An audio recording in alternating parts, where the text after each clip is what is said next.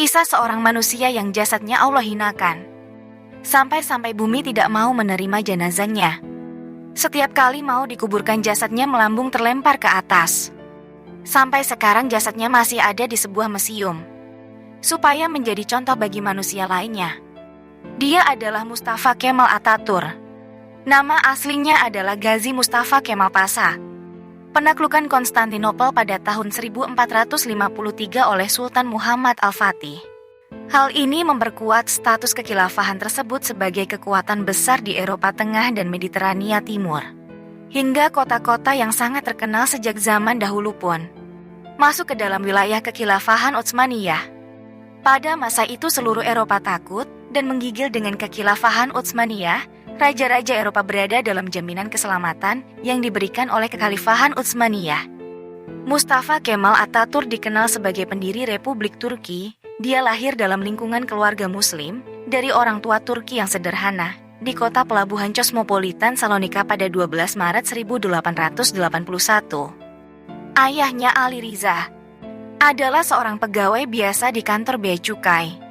Sedangkan ibunya bernama Zubaidah, seorang wanita yang amat taat dalam menjalankan agama. Dan juga dikatakan bahwa Mustafa Kemal Atatürk ini anak angkat. Sedangkan ayah aslinya adalah seorang Yahudi. Dan dijelaskan Mustafa Kemal Atatürk anti-Islam.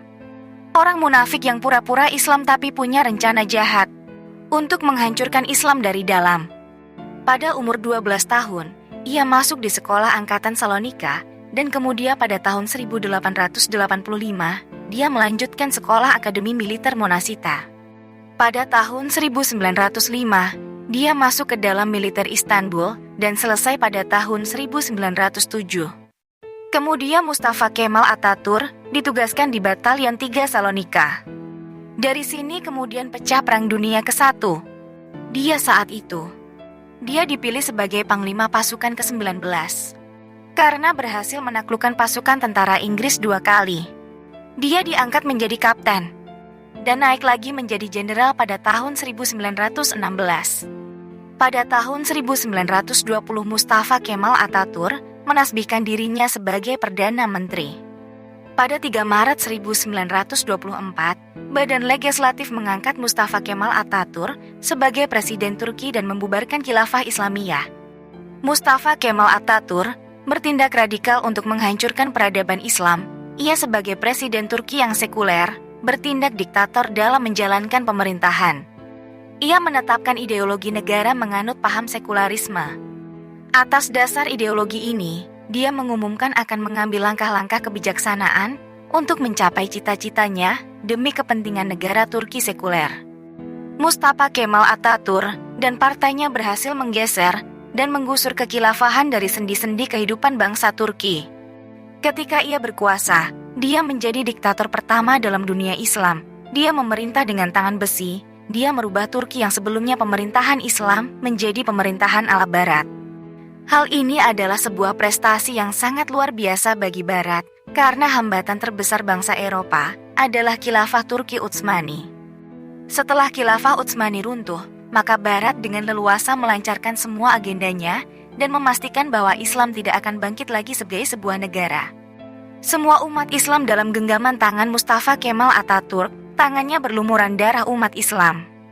Mustafa Kemal Atatürk tidak segan-segan menghabisi pihak-pihak yang menentang kekuasaannya. Mustafa Kemal Atatürk juga menghapus segala bentuk hukum syariat. Dia menghapus hukum potong tangan bagi pencuri, menghapus hukum rajam bagi penzina, menghapus hukum qisas bagi pembunuh.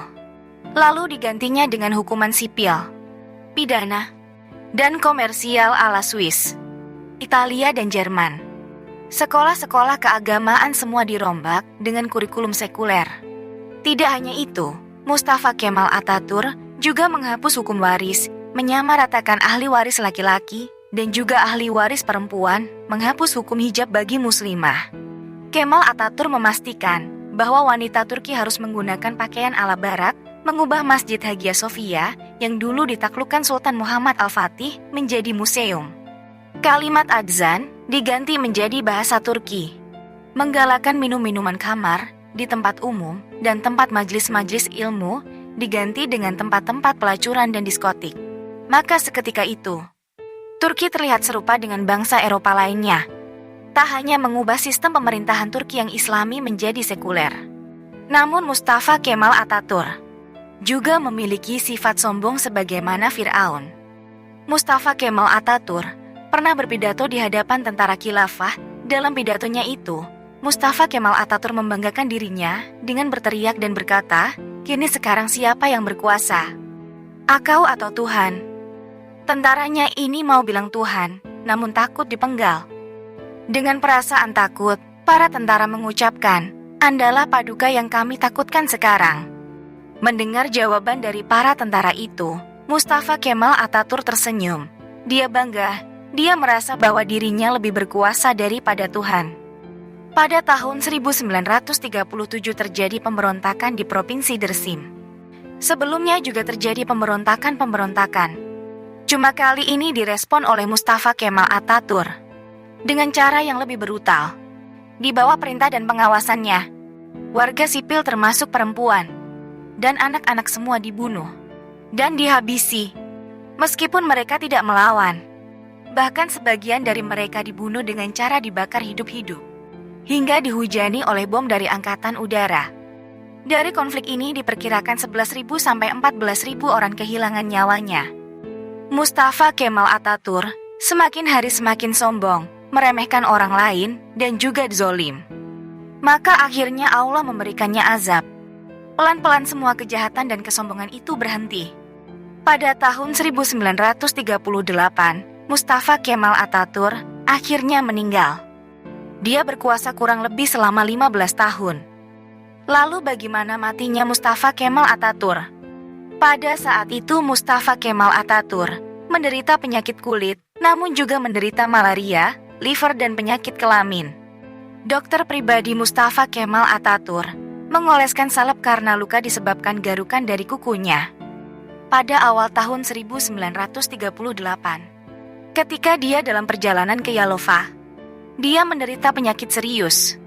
Dia pergi ke Istanbul untuk perawatan, di mana dia diagnosis menderita sirosis hati. Sebagian hidupnya Kemal Atatürk menjadi peminum berat. Dia juga mengkonsumsi setengah liter raki per hari. Dia sering jatuh pingsan, ingatannya melemah, dan darah mengalir dari hidungnya tanpa henti. Dan di dalam perut Mustafa Kemal Atatürk banyak cairan yang berkumpul secara kronis. Dan untuk mengeluarkan cairan dalam tubuhnya, dokter pun menusuk jarum di perutnya supaya cairan itu keluar. Namun perutnya membusung dan kedua kakinya membengkak. Wajahnya pun menjadi pucat dan terlihat seperti tengkorak. Bahkan gatal-gatal di tubuhnya menjadi-jadi, hingga dia merasa tidak tahan sampai menjerit. Dan terdengar di seluruh istana. Para pekerja istana sangat ketakutan ketika Mustafa Kemal Atatürk menjerit kesakitan. Badannya yang panas hingga melebihi suhu tubuh normal itu, yang membuatnya tidak mau masuk istana. Dia meminta untuk dibawa ke tengah-tengah laut untuk menurunkan suhu panasnya.